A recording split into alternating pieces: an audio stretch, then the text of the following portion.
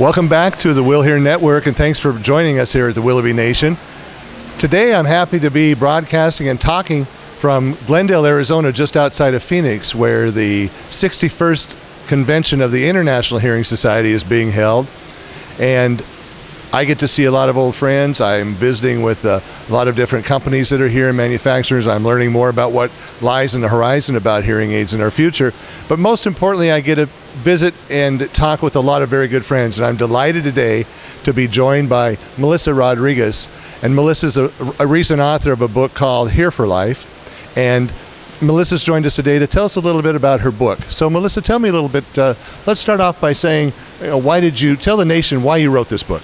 Oh, sure. And Scott, I want to say thank you for having me on the network. It's exciting to be here. And when I originally wrote HearYourLife, it was because the patients that walk into our office, they want help and they get help. But how do we talk to the people that won't walk in our office, that never get help, that suffer and struggle with hearing loss? They may not even know they have it, but it truly affects every moment of their life, and the quality of their life is so harmed by their hearing loss. And so the book seemed to be a way that I could talk to someone and get them to understand how important hearing is. And through the stories of people who've been there, they get to be inspired to say, wow, I do want to hear better. I love the stories in the book, and there are a lot of stories of different situations, different types of people, under certain circumstances that hearing help has affected their lives and made it better. So is this book just for people who have a hearing loss? Oh, that's a great question. This book is actually for anyone that has ears. Right. Because this is a book about hearing, and it's a book about appreciating and enjoying our hearing. You know, we're so busy in life, and we're so, so many people are plugged into their mobile devices and their phones, and we're here and there and we're scattered, and often we forget just to sit and listen to what's around us, to the people around us. So I think this book inspires, in general, a love and an appreciation for our sense of hearing, which, I'm going to tell you, Scott, it doesn't get enough press, it doesn't get enough attention, it doesn't get enough medical attention. So the book is for anybody with ears, whether you hear well or don't hear well. Oh, that's terrific. I have favorite stories in the book myself, and I'm often asked by people that know that I'm in the hearing world business, and they come to me and say, my mom or dad need help and I don't know what to do about them.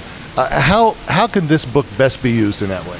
I think this book, first, as the third party of the loved one, I would read the book first, and then see where that seems to identify with that loved one you have. Mm-hmm. Once you read the book, you're going to have a better language to talk to that person with hearing loss. We in general don't understand it.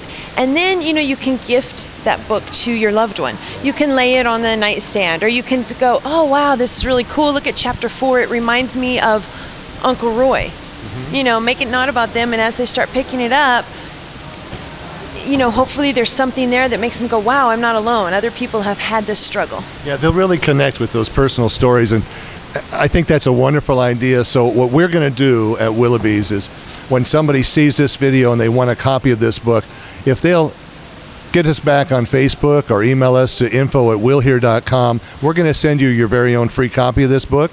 If you know somebody who needs help with their hearing and is a little reluctant to do something about it, get online, email us. You can call us at 1-877-WILL-HEAR. We'll send you a free copy of this book and you pass it on to them. But like Melissa said, read it first.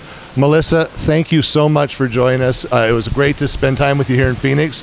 I'd like the heat to be a little cooler than 104. Oh, it's beautiful. I would love to have taped this outside in the beautiful sunshine, but this Northwest boy just can't handle all that heat.